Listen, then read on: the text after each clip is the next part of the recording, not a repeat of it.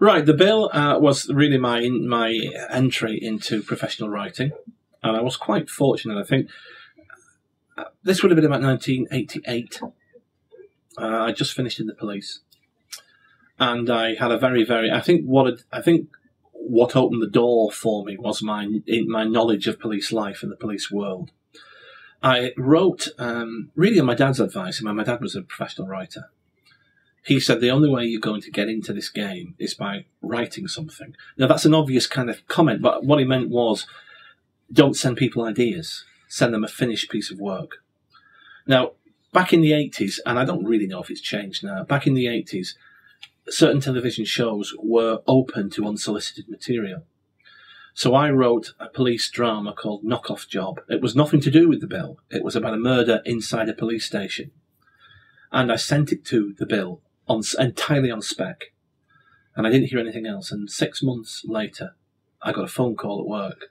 And it was the bill. And I was absolutely amazed. And they said, would you like to come in and see us? So I went in to see them.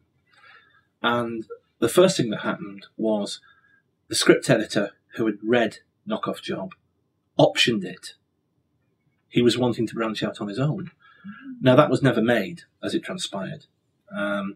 They also asked me if I'd like to write for the bill. And I thought, well, let me see. No, the reality, but obviously it wasn't that simple. It wasn't that simple because it was probably a couple of years before anything got through. I mean, I was completely raw. I mean, I could write, but I didn't have the first idea how to pace a script. I look through that script now and I think it's a miracle anyone was impressed. I think what actually did attract them to it was I knew the police world. I mean, a lot of writers on the bill had to spend time with the Met to pick up police parlance, police procedure, unofficial police procedure. Well, I didn't need to do any of that. I mean, I had a few interesting things because the Greater Manchester Police and the Metropolitan Police do have different lingo. So I would use terminology that the police advisors at the bill had never heard of. So there would be, but of course we quickly ironed that out because I had to, just pick the phone up and say, what does this mean? And the London version of that is this. So it wasn't exactly complicated. So, it was great. I mean, I worked on and off for the bill for quite a few years, up until about 2003. And of course the bill's no longer with us. So it's, but I mean, the bill was very procedure based. The Metropolitan Police liked it. And I think really there were very few scandalous stories that would have upset the police. I mean, there were one or two that maybe were on the edge.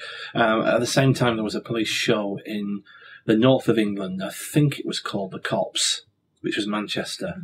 That was a bit rough around the edges. I don't think the Greater Manchester Police, I can't speak for them, but I don't think they were very keen on that. That showed things that I know for a fact happened that the police would never want anyone to know about. So I'd like to use some of that stuff in the Heckenberg books if I can. Nothing too outrageous, but people cutting corners, that kind of thing, and usually there's a price to pay as well. Yeah. So.